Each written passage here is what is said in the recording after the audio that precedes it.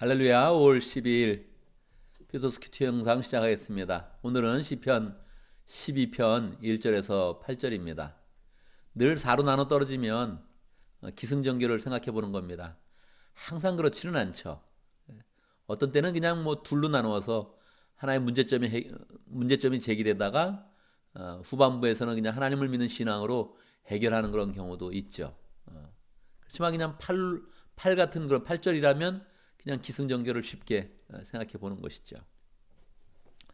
저는 시편을 볼 때 누가 썼냐 그리고 언제 썼냐를 항상 생각해 봅니다. 성경은 항상 성경의 저자에 대해서 관심이 있죠. 예수님이 하신 말씀인가? 당연히 진리죠. 예수님의 제자들, 직접적인 그런 제자들이 한 그런 그 말인가, 쓴 글인가? 그러면 당연히 그것도 성경이 이제 되는 것입니다. 저도 늘 성경의 저자에 대해서 관심을 갖습니다. 오늘 시편은 다윗이 쓴 그런 시입니다. 그렇다면 다윗이 언제 썼을까? 만약 이 시가 다윗이 쓴 시가 아니었다면 아마 저는 이 시를 거들떠보지 않았을 것입니다. 만약에 이것을 잘 읽었다 할지라도 뭐 이런 시가 다 있어. 그리고 그냥 아마 그냥 지나갔을 것입니다. 다윗의 시이니까 잘 살펴보는 거죠. 그래서 그 내용을 더 한번 음미해 보는 거죠. 언제 썼냐가 굉장히 중요합니다. 왜냐하면 김소월의 시에서도 나보기가 역겨워 가실 때는 말없이 고이 보내드리오리다 이렇게 이야기했을 때 그 시대적 상황을 생각했을 때 그게 감동을 주는 것입니다. 그 당시에 일제 시대의 식민지를 살면서 모든 사람들의 마음이 염세적으로 되고 좌절하고 있을 때 나보기가 싫대서 가는 그 님을 향해서 그냥 꽃을 뿌려주겠다고 말하는 그 마음이, 그 애절함이 느껴지는 거죠. 지금은 그런 생각이 없죠. 지금 사귀는 그런 사람 중에서 나보기가 싫대서 가는 사람이 있으면 야, 너 뭐야? 더 심하게 말하면 재수없네. 그렇게 이야기할 수도 그냥 있을 것입니다. 그것 때문에 막 가슴앓이를 하고 막 그러지 않죠. 그러니까 시대적 상황과 누구냐가 굉장히 중요한 거예요. 시를 볼 때는. 다윗의 시인데 다윗이 몇 살 때 이걸 썼을까? 그럼 몇 살 때 썼을 것 같습니까? 제가 여러 그런 참고 문헌을 봤는데 기록한 게 없어요. 거기에 대한 관심이 없었던 거죠. 저는 단연코 이 시는 다윗이 20대에 썼을 것이다 생각을 합니다. 뭐 책 중에서 아무리 많은 주석을 봐도 이게 다윗이 언제 썼다는 그런 기록이 없어요. 저는 단연코 다윗이 20대 썼을 것이다 생각을 하는 거예요. 왜 그랬을까? 다윗이 세상에 대해서 이 세상의 그런 도덕과 세상의 문화와 세상의 그런 상황에 대해서 아주 안타까워하면서 그 세상에 대한 그런 한탄을 하고 있거든요.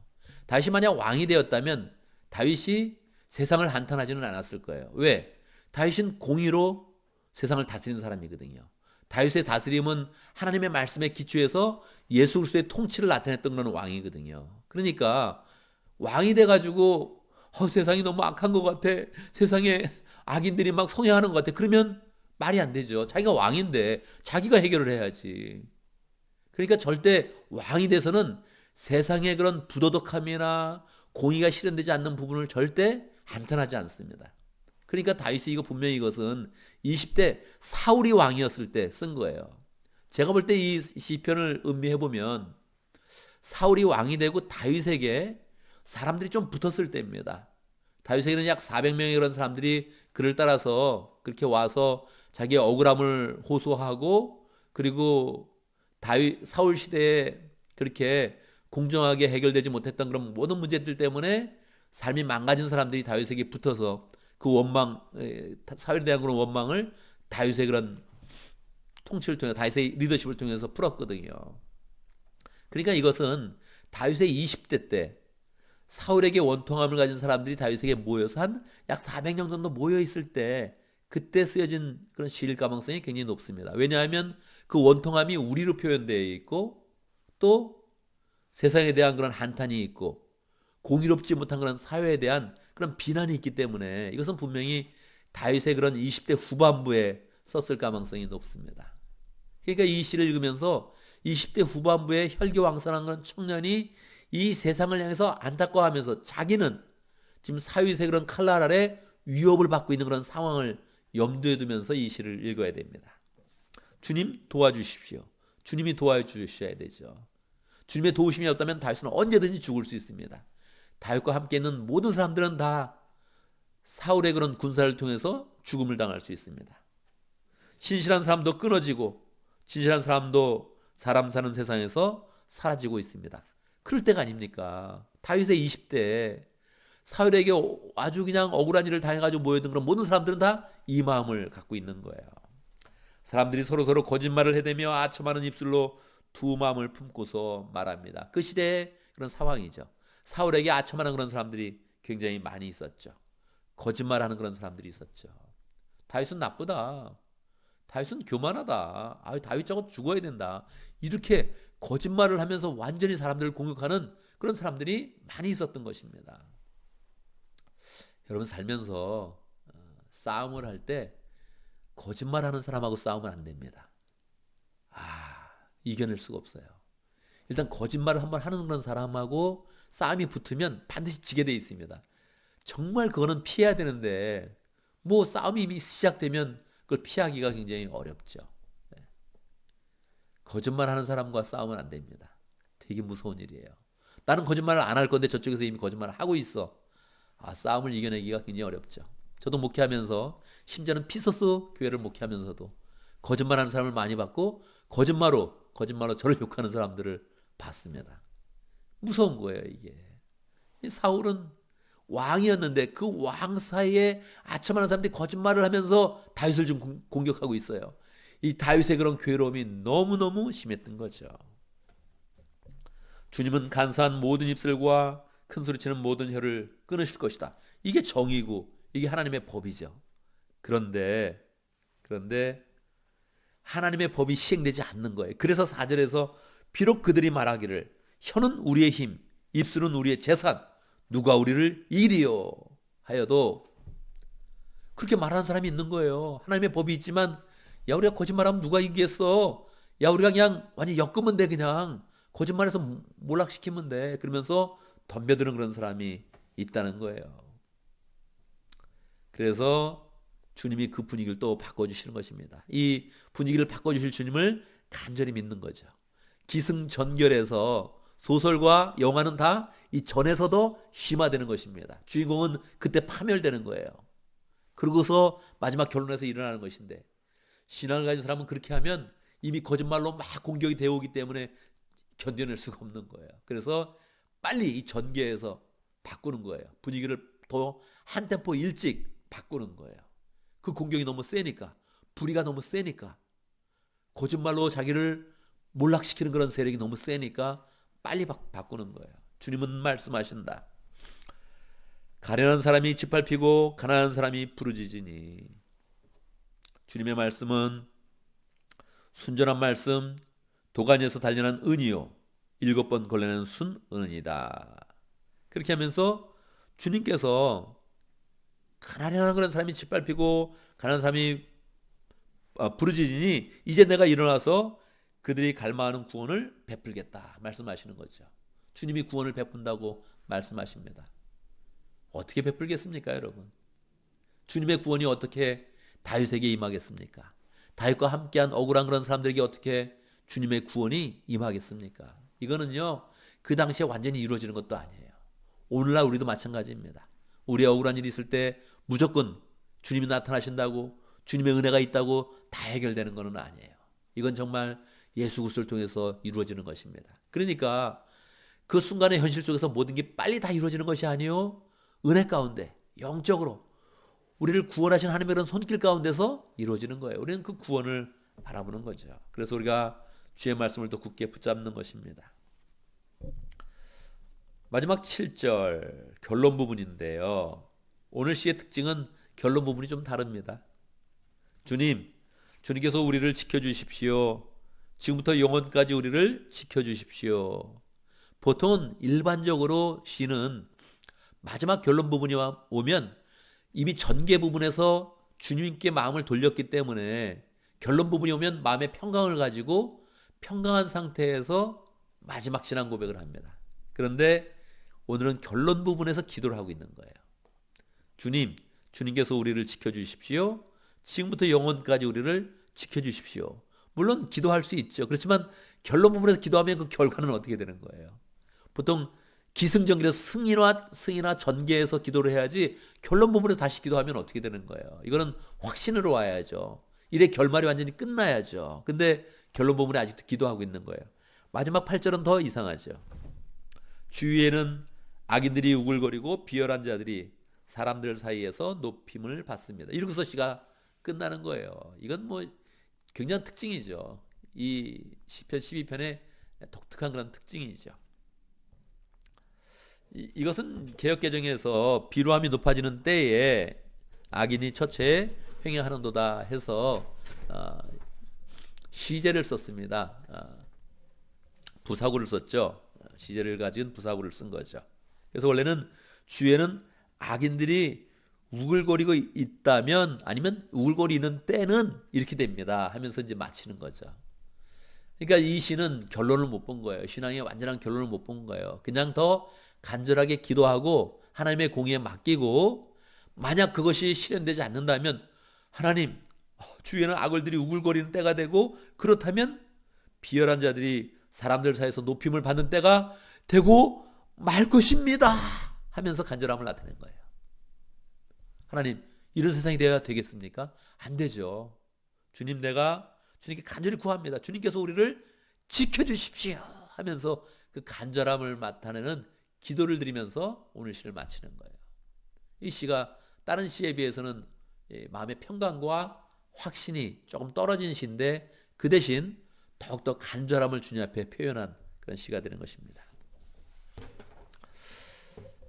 오늘 우리는 이 시를 보면서 복음이 없는 그런 세상이 참 악하다 하는 생각을 가져야 됩니다.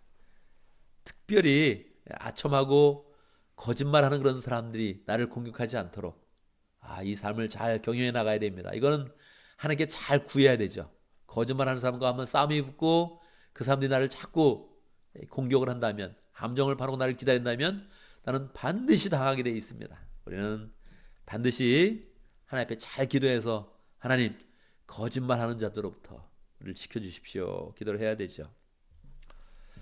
주님께서 지켜주시고 또 인도하시는 그런 방법이 우리에게 확실한 구원을 주시는 그런 방법인데 늘 우리가 예수 그리스도의 은혜 가운데서 영원히 구원을 받고 우리 인생이 구원받는 그런 삶으로서 잘 살아갈 수 있도록 그렇게 함께 오늘 말씀을 통해서 교훈을 얻어야겠습니다.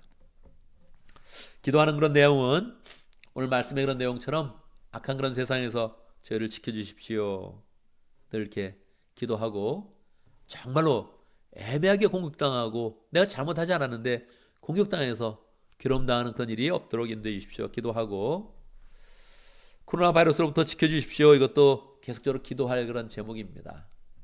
계속적으로 미국이 정점을 찍었다 이런 선언을 하지 못하고 있습니다. 대통령 혼자 우리는 코로나 바이러스부터 승리했다 막 이런 선언을 하고 있죠. 어제도 그 얘기를 했는데 정말 그러시면 안 되죠. 우리 대통령님이 그러시면 안 됩니다. 이거는 미국 국민에 대한 그런 예의도 아니고 세계 지도자에 대한 그런 품위도 없는 그런 일이죠. 코로나 바이러스가 지금 계속 번져가고 있는데 승리했다 혼자 이렇게 얘기하면 거의 거짓말하는 거죠. 절대 이러면 안 되는데 우리가 지금 좋은 지도자를 만나지 못했습니다. 하나님께서 불쌍히 여겨주시고 이 시대와 이 나라를 긍휼히 여겨주시도록 우리가 이 시대에 살고 있다는 것이 이 비극인데 하나님께서 우리를 지켜주시도록 코로나 바이러스에 대해서는 간단하게 두 가지입니다. 겸손과 회개를 우리가 꼭 붙잡아야 됩니다. 겸손하면 감염이 덜 될 것이요. 회개하면 이것이 풀릴 것입니다. 우리가 대표적으로 미국을 대표해서 우리가 자꾸 겸손한 마음을 갖고 반드시 회개하는 그런 마음을 가져야 됩니다. 이 시대의 문명과 사람들의 모든 그런 삶의 형태에 대해서 우리가 회개하는 그런 마음 가운데서 주의 공의와 주의 은혜를 이 시대 가운데 부어주십시오. 그렇게 기도해야겠습니다. 우리가 교회 생활을 위해서 기도해야겠습니다. 교회 생활 우리가 이제 자기 방식으로 자꾸 정착되는 때입니다. 코로나 바이러스 때문에 그래서 이것이 길어지기 때문에 자기 방식으로 자기 생각대로 신앙생활이 굳어지는 때입니다. 자기 방식으로 굳어지면 사람들은 다 망하게 돼 있습니다. 하나님의 말씀을 똑바로 듣지 않고 자기 생각으로 신앙생활을 해버리면 사람들은 다 망하고 그 시대와 그 사회는 다 망하게 돼 있습니다. 조심해야 됩니다.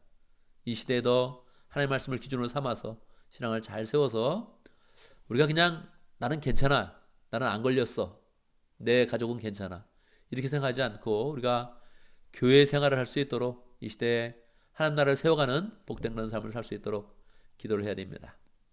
제가 기도하고요, 함께 여러분도 기도하는 시간 갖도록 하겠습니다. 하나님 아버지, 다윗의 그런 절규를 보면서 우리의 시대를 또 바라봅니다. 거짓말하고 아첨하고 거짓으로 불을 쌓으면서도 하나님 아버지 두려워하지 않는 그런 자들이 옛날에도 있었고 지금도 있습니다. 불쌍히 여겨주시고 하나님 은혜를 베풀어주시고 우리를 거짓말하는 자들로부터 아첨하는 자들로부터 지켜주시고 하나님의 은혜 가운데 역사하여 주시옵소서. 늘 구원의 손길로 풍성하게 우리의 영혼을 지켜주시고 구원의 은혜로 살게 하시고 하나님 구원받은 사람으로 살게 해주시고 하나님 나라를 세워가는 복된 인생 될 수 있도록 역사해 주시옵소서. 하나님, 세계가 코로나 바이러스 때문에 신음하고 미국은 더욱더 그러하고 있습니다. 그래도 아직 회개하지 못하고 있는데 하나님 정말 잘못했습니다. 우리가 쌓은 그런 세상과 우리가 쫓아가는 건 부와 하나님 우리의 그런 평안이 다 우리를 망가뜨리고 있는데 하나님 불쌍히 여겨주시고 우리가 다시 하나님의 은혜 가운데서 함께 나누는 세상, 사랑을 나누는 그런 세상, 구원의 은혜를 퍼뜨리는 복된 그런 세상을 잘 만들어갈 수 있도록 인도하여 주시옵소서. 하나님 아버지, 우리 모든 그런 식구들 더 지켜주시고 각자 있는 처소에서 하나님의 백성으로 온전히 살 수 있도록 인도하시고 신앙생활을 온전히 더 세워가며 하나님의 말씀을 더 잘 따르고 실천하는 복된 하나님의 백성들 될 수 있도록 인도하여 주옵소서. 우리 교회가 또 영혼 구원하여 제자 삼는 교회로 잘 서갈 수 있도록 역사하여 주시옵소서. 하나님 소통하기도 어려운 때인데 우리의 그 마음에 뜨거움을 허락하여 주사 지금도 신음하는 사람들, 외로워하는 사람들, 하나님의 사랑이 필요한 그런 사람들에게 우리가 잘 나아갈 수 있게 인도하여 주시고 그 가운데 하나님의 역사를 하나님 펼쳐갈 수 있도록 축복하여 주옵소서. 오늘도 맡은 일 잘 감당하게 하시고 지혜롭게 하시고 실수 없게 하시고 하나님의 사람이 되어서 하나님의 능력과 지혜가 풍성한 복된 삶을 잘 살아갈 수 있도록 역사하여 주시옵소서. 예수님의 이름으로 기도드리옵나이다. 아멘.